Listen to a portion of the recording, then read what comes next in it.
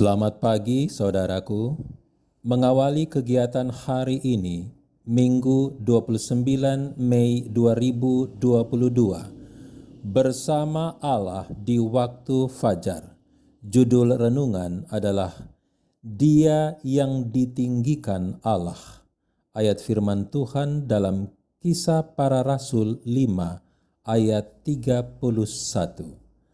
Dialah yang telah ditinggikan oleh Allah sendiri dengan tangan kanannya menjadi pemimpin dan juru selamat, supaya Israel dapat bertobat dan menerima pengampunan dosa. Mari kita dengar ulasannya. Bagaimanakah agar seorang manusia dapat benar di hadapan Allah? Bagaimanakah orang berdosa itu dapat dibenarkan? Hanya melalui Kristuslah kita dapat terrukun dengan Allah, dengan kesucian. Tetapi bagaimanakah kita datang kepada Kristus?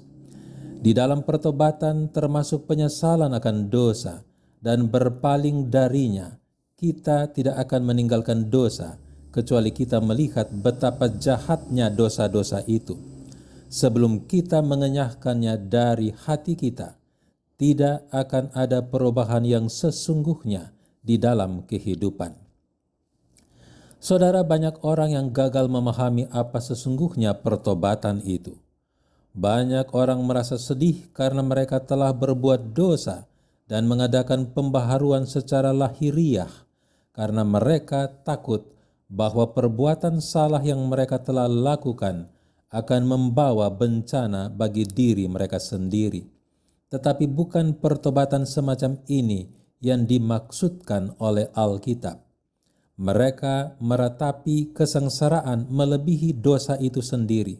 Demikianlah duka yang dialami oleh Esau ketika hak sulungnya hilang untuk selama-lamanya. Bileam takut karena malaikat berdiri di tengah jalannya dengan pedang terhunus, mengaku kesalahannya supaya nyawanya jangan binasa. Tetapi itu bukanlah pertobatan sejati, tanpa perubahan maksud dan muak akan kejahatan. Setelah mengkhianati Tuhannya, Yudas Iskariot berseru, "Aku telah berdosa karena menyerahkan darah orang yang tak bersalah."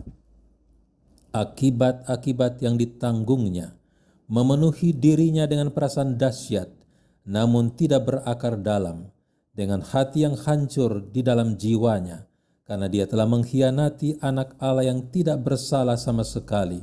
Semua ratapan semacam itu hanyalah akibat-akibat dosa itu, tetapi bukan karena berduka cita atas dosa itu sendiri. Tetapi apabila hati menyerah kepada pengaruh roh Allah, maka hati nurani akan dihidupkan, dan orang yang berdosa akan melihat hal-hal yang dalam dan kudus, hukum Allah yang suci, dasar pemerintahan Allah di sorga dan dunia.